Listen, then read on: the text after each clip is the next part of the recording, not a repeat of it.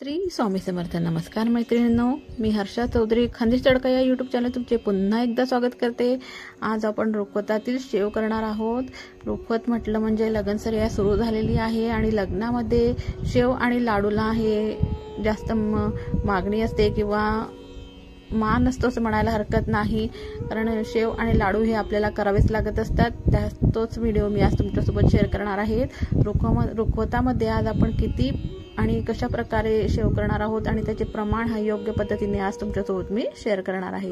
हे बघा, मी 9 किलो हे डाळीचे पीठ घेतलेले आहेत आणि मी 15 किलो शेंगदाणे तेल घेतलेले आहेत. सर्वात आधी आपल्याला जे पीठ घेतले आहे आपण ते पूर्ण टपामध्ये टाकून घ्यायचे आहे. पूर्ण पीठ टाकून झाल्यानंतर आपल्याला जो माल मसाला लागणार आहे तो सुद्धा मी तुम्हाला व्यवस्थितरित्या सांगणार आहे. आपल्याला हे पीठ आहे ते आपल्याला डाळ दळून घ्यायची नाही. बाजारामध्ये आहे ते जे पीठ मिळत असते ते आपण घेणार आहोत. त्यामुळे शेव हे फार नरम आणि कुरकुरीत येत असतात. बघा, या प्रकारे मी पूर्ण 9 किलो पीठ हे टपामध्ये टाकून घेणार आहे. पीठ पूर्ण आपल्या टपामध्ये टाकून घेणार आहोत. असा पुरेसा टप आपण यात घेणार आहोत. लहान टप घ्यायचा नाही, निदान आपल्याला व्यवस्थितरित्या भिजवायला जमायला हवे त्याकरता आपण टप हा मोठा घ्यायचा. बघा, यात मी 40 ग्रॅम मिरे, 40 ग्रॅम लवंग आणि 1 डबी हिंग आणि 250 ग्रॅम तिखट या प्रकारे सर्व टाकून घेतलेलं आहे. हिंग आणि मिरे आणि लवंग या व्यतिरिक्त आपल्याला यात काहीच टाकायचे नाही आहे. म्हणजे जे काही आपण रुखवतातील शेव बनवत आहे यात आपल्याला या 4 वस्तूंचीच गरज पडत असते. त्यामुळे दुसरं टाकायची आवश्यकता नाही. हळदही टाकायची गरज नाही, कारण आयते पीठ हे फार पिवळसर असते, त्यामुळे हळद टाकण्याची आवश्यकता पडत नाही आणि त्यामुळे शेव हे छान पिवळसर दिसतातच. बघा, या प्रकारे मिक्स करून झाल्यानंतर आपण यात तेलाचे मोहन देणार आहोत. त्याकरता बघा, मी तेलाचे मोहन देण्यासाठी थोडी जागा केलेली आहे. थोडं तिखट मी आधी कमी घातलेलं होतं म्हणून मी नंतर पूर्ण तिकडे घातलेलं आहे. त्यानंतर बघा, मी 1 किलो मोहन दिलेला आहे.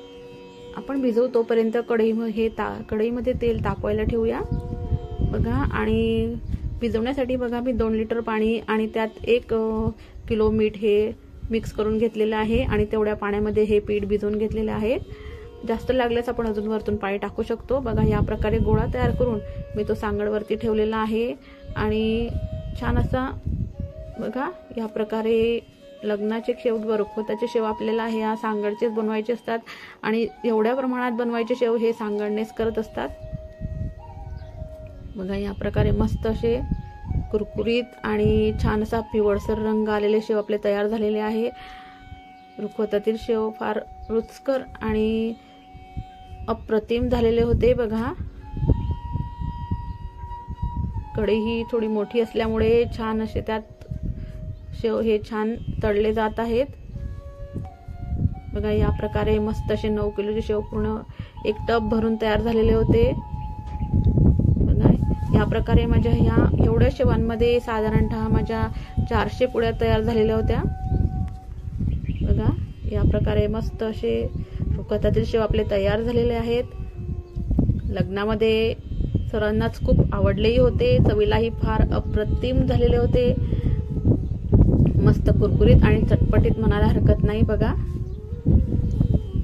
तुम्हाला कशी वाटली माझी रेसिपी मला कमेंट्सद्वारे नक्की कळवत चला.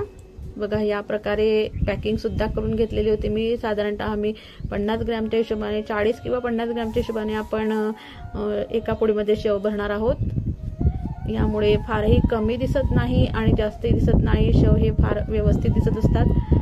पूर्ण पॅकिंग झाल्यानंतर बघा, या प्रकारे अशाच प्रकारे मी लाडू सुद्धा बनवले होते सोजीचे. ते लाडू सुद्धा मी तुमच्यासोबत शेअर करणार आहे. आणि प्लीज तुम्ही माझ्या चॅनलला सबस्क्राईब करून घ्या, जेणेकरून माझ्या नवीन रेसिपी तुमच्यापर्यंत लवकरात लवकर पोहोचतील. चला तर भेटूया अशाच एका नवीन रेसिपी सोबत. तोपर्यंत धन्यवाद.